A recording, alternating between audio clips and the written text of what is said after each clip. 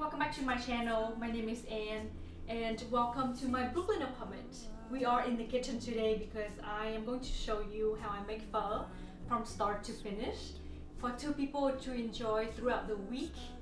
You can definitely freeze the broth and portion out your meals however you would like to make it last longer or to feed more people.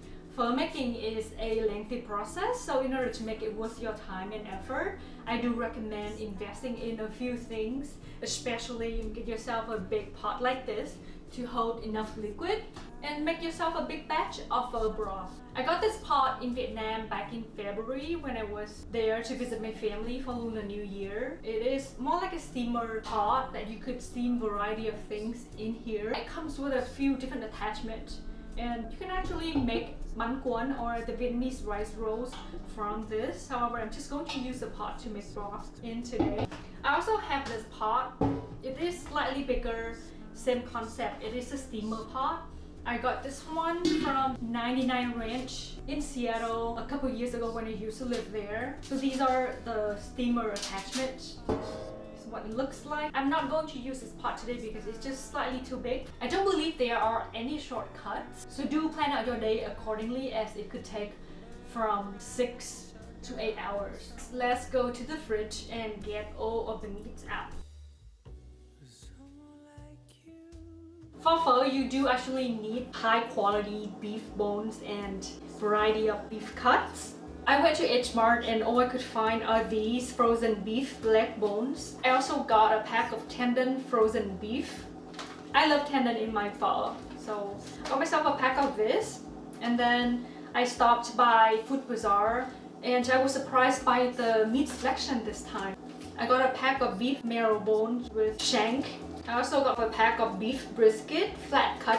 And then from Food Bazaar, I also got a pack of these beef eye round. It is now frozen, so I'm going to keep it in the lower fridge so that it could thaw a little bit. And this will be thinly sliced and served on top of a bowl of pho. For pho seasoning, I highly recommend getting this Old Man Quê Hương brand. And as you can see, it also comes with this fabric pouch. Don't throw this away because you will need this later. Yeah, I want to show you what is in here currently. 2 pieces of cinnamon sticks, a cardamom, some star anise, and these are fennel seeds and clove. It really depends on what you like in your pho, but for me personally, I prefer my pho broth to be slightly sweet with a stronger flavor of star anise.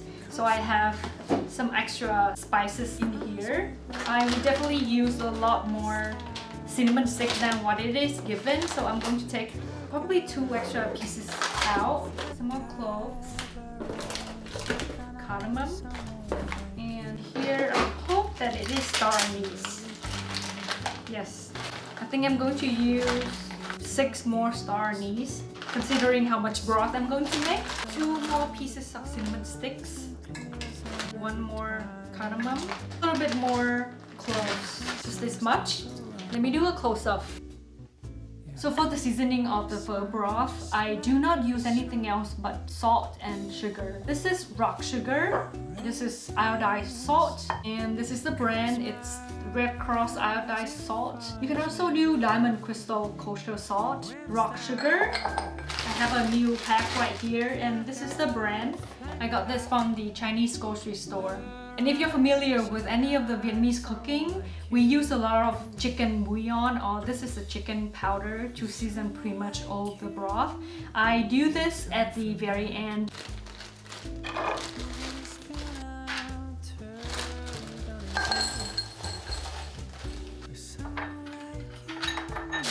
In terms of fresh herbs, I do have bean sprouts, green onions. We will use both of the white and the green parts. Thai basil, the ones that have the purple stems. I got most of these from H Mart and Food Bazaar. We can't forget cilantro. We cannot get these rice paddy herbs anywhere in New York. I just happen to have these 2 packs that was delivered to me from Seattle. Okay, I did look this up. This is called culantro. A lot of people, especially I have some friends who cannot eat cilantro and they do not like culantro either. For pho seasoning at the very end, I love sriracha and the hoisin sauce. Some slices of jalapeno and lime. Before we get started on making our broth, I want to clean up the sink because I have some leftover dishes over there, and we'll fill this up with water and bring it to a boil. And we'll wash all of the bones, the tendon and the meat with cold water. I have some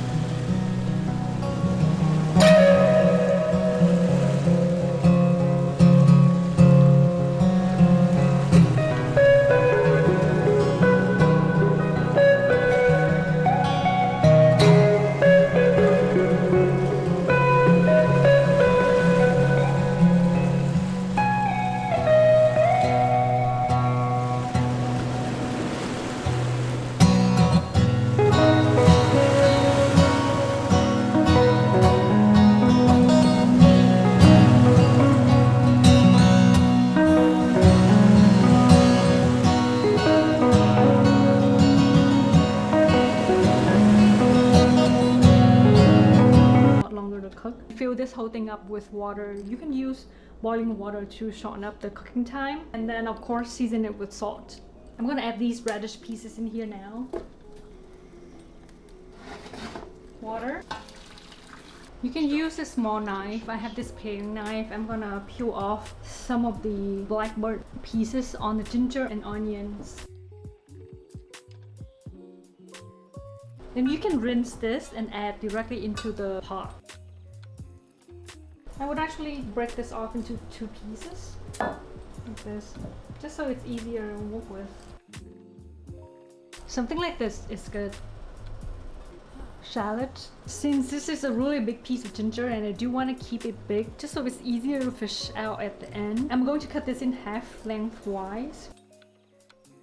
Okay, my tip to keep the broth clear is to not completely close the lid on your pot. Because I'm using a steamer pot, it comes with this steamer attachment, and I would just place it on top so that it helps slow down the evaporation rate. During this entire process, which takes 3 to 4 hours at least, you're gonna see some liquid loss, so feel free to top it up with more water. I have the heat setting on somewhere between low to medium, and then I will check back every 30 minutes or so. So the first 1 hour or 2 are actually the chill time. You can just go ahead and go do your work, catch up with some reading, set up the alarm, go clean up the sink, which I'm going to do right now, and then I'm gonna actually soak all my veggies in cold water while making sure you have the fan on, of course, and keep an eye on the fire. I do have a gas fire, so I'm like actively checking. If anything, it's gonna set off the alarm and it's super minute. It's very annoying. I think I forgot to mention about the rice noodles that I'm using. Again, I live in Brooklyn, New York, so we don't have the fresh rice noodle kinds, like the thick fresh noodle kinds that we could get at some states where there are actually Vietnamese people making them fresh. I got these at H Marts. This is the fresh rice stick noodle, the small kinds, and this is a slightly bigger. It's more for like pad thai. So this will be in at the very end, just in case I still have broth and I run out of noodles. Then I would just use this. Otherwise, if I have extra noodles, I'm just gonna make pad thai out of this because I always have extra ingredients in the fridge, and this will come in handy at the very end, or it's also served as an emergency kind of noodle. And the spices, we have to roast them. I will get a small pan and roast them on the stove until there are some smoke and smells coming up. And then I'll put it into the fabric pouch that comes with the bag, and then throw it directly into the pot. Around 30 minutes to 45 minutes before we start the cooking of the broth, I would add this spice back in. A lot of people don't like the strong smell of the pho seasoning. You just have to like cook and adjust and see what you like.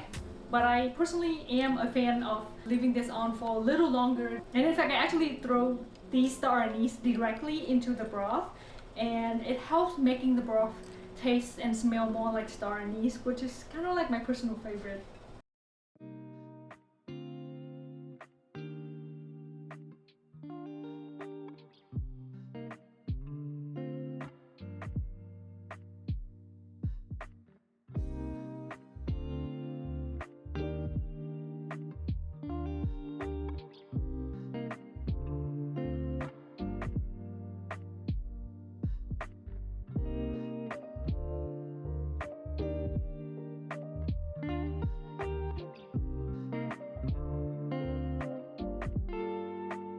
This was actually quite scary because I saw the lid was moving up.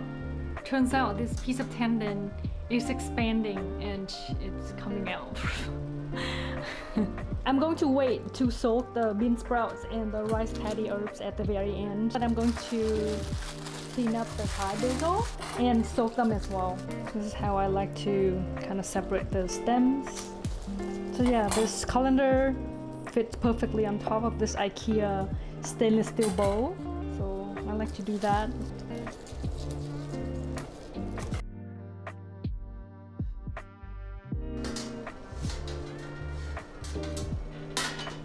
So you can see some of the bubbles or the scum start to rise up, kind of skim off the top.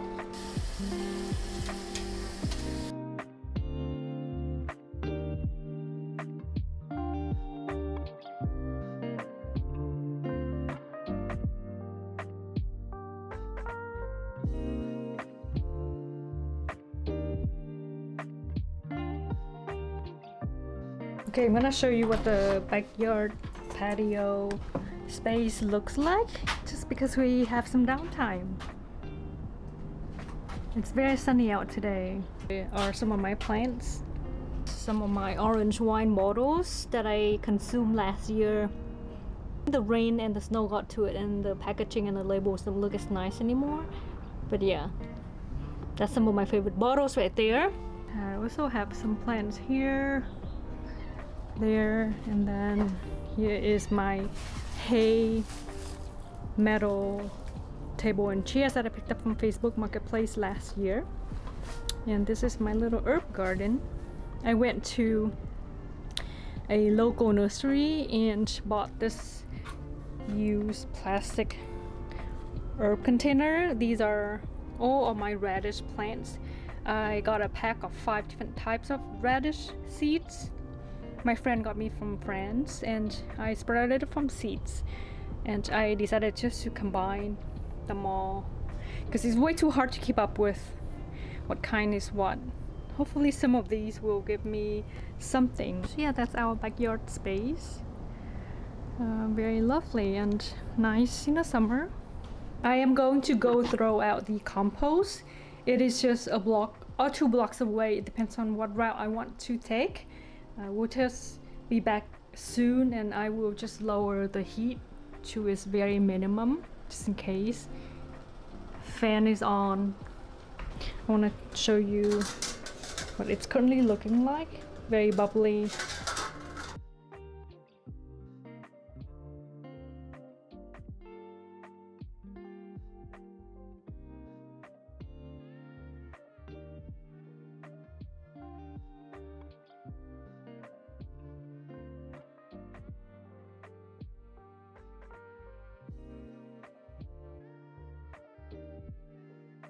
It's been about 5 hours since I started this pot and it's time for us to roast our spices. I have this cute little pan. I'm going to turn on the heat and roast these spices until they are slightly smoky and the smells come out. Actually, I'm going to roast these separately, the cinnamon, the cardamom, and the star anise.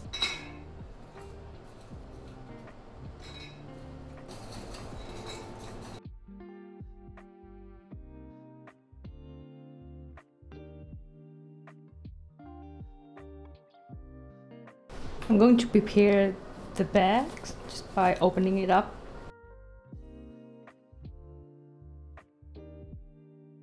Again, cinnamon, cardamom, and star anise. You can kind of see the smoke coming out. It is slightly too toasty, but I think it will be fine. I have added pretty much all of the spices in this bag. I'm gonna tie it up and place this into the pot, and we'll tie a knot at the handle just so this stays in one place. For the rest of the star anise, I have about 6 to 7 pieces. I'm going to throw them directly into the broth. I have the chicken powder here. I'm gonna add about 1 tablespoon. And we'll let this go for another 30 minutes and we'll check back. I have some colanders here. I'm going to wash all of the veggies that are currently on the sink.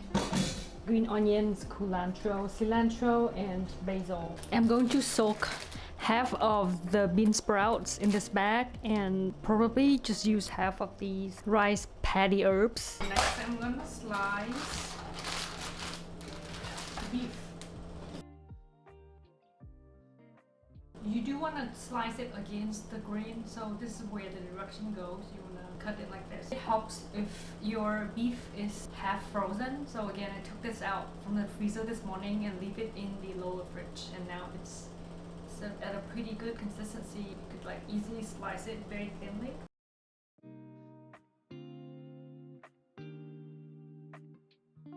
So I'm going to show you how I slice the brisket. I have this container from IKEA. It will be big enough to hold all the meats.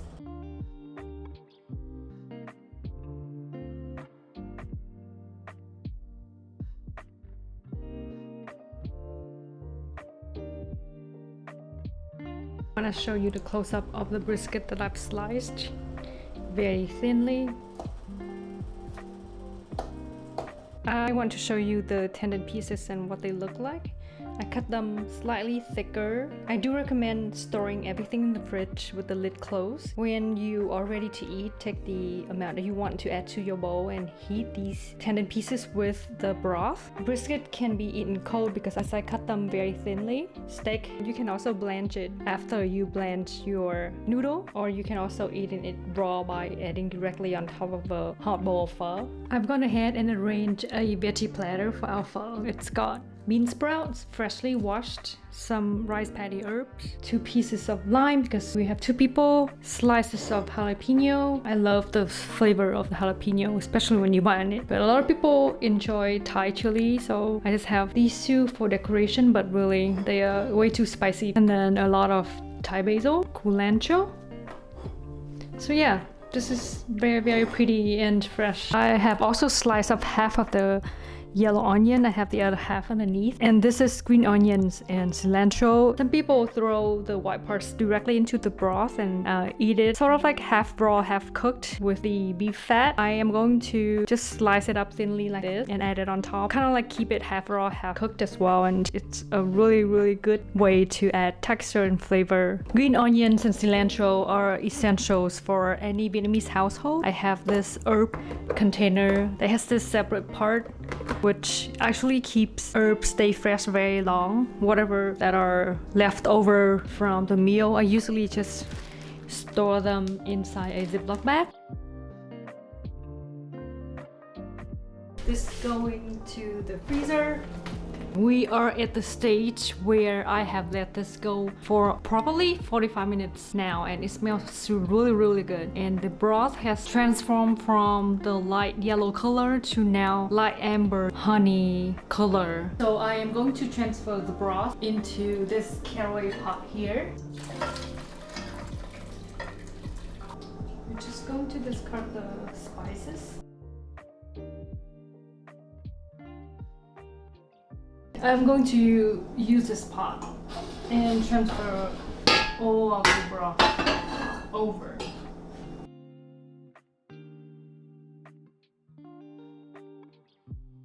This is not the prettiest part, but I think I've got to show you. You want to double line the plastic bags and add in all of the solid parts. And then transfer all of the bones in here. You can definitely compost them, but I think I'm just going to throw these in the trash.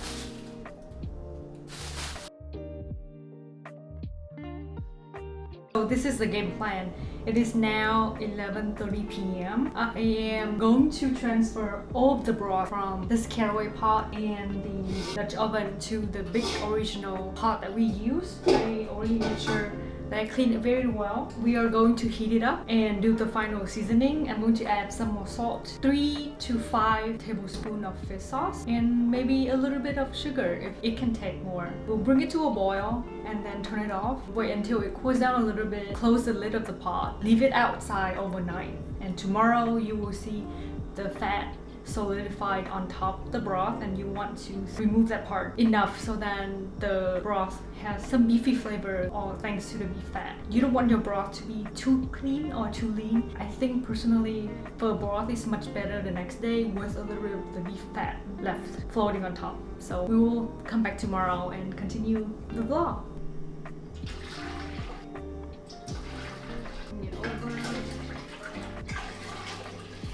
Here I want to show you my pho bowls. These are my pho bowls. They are very, very big. I got these from Lum Seafood in Seattle. I was in DC 2 years ago over Christmas. I found it at this grocery store. It has these bowls. And too bad I only bought 2 extra, and again 1 broke. So right now I only have 3 of these.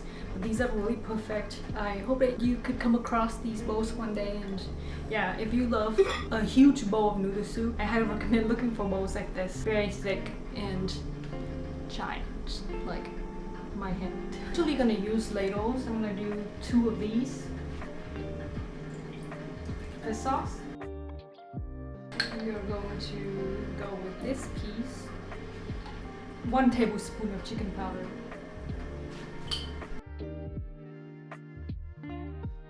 This is what our pho broth at its final stage looks like. The floating white bits are from the chicken powder, and don't worry about skimming any of these. It is now boiling, and I'm going to turn it off and let it cool down before we close the lid of the pot and let it sit out here, because tomorrow when we wake up we're gonna have this for lunch. The pot is super hot and there's no way my fridge could fit this pot, and it's okay to sit out like this. Just make sure you close the lid at the end of the day. And then over here I have saran wrap, our veggie plate. Tomorrow we don't have to do anything. We have everything prepared in the fridge. I will see you tomorrow.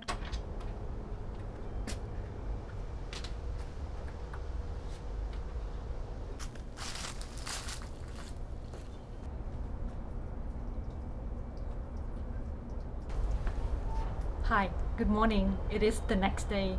It is really nice out today. Slightly chilly, but I've got some layers on. So the plan for today, we are going to heat up our pho and have lunch out here, outdoor, in the backyard, in the back patio. Yeah, I'm very excited. I never knew when today could be wrong until I found you into the store. I never knew when the night could be sweet until you swept me up from my feet down.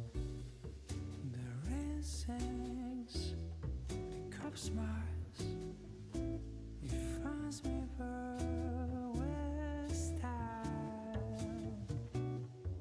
The car got a flat tire, but riding shotgun eyes, someone like you. So every day, when the alarm blows my ears, I see you sleeping on the bars and clears and. Okay, so we've got a bowl of pho right here. I'm gonna show you how I make my perfect bowl of pho. First, I'm gonna taste the broth. It is so flavorful, slightly sweet, savory. I can taste all of the pho spices. I always go in right away with some sriracha, hoisin sauce, about the same amount because I like the flavor of this in my pho. Get some of the herbs, rice paddy herbs, a generous squeeze of lime. Not all the way because just in case I can always add more, but I can't take it away. And then some bean sprouts, some of the basil and cilantro. Just kind of break it apart because it's slightly big. I hope you could see. And then usually people would just bite on this Thai chili as they go for bite. Sometimes I do add a few pieces in my pho.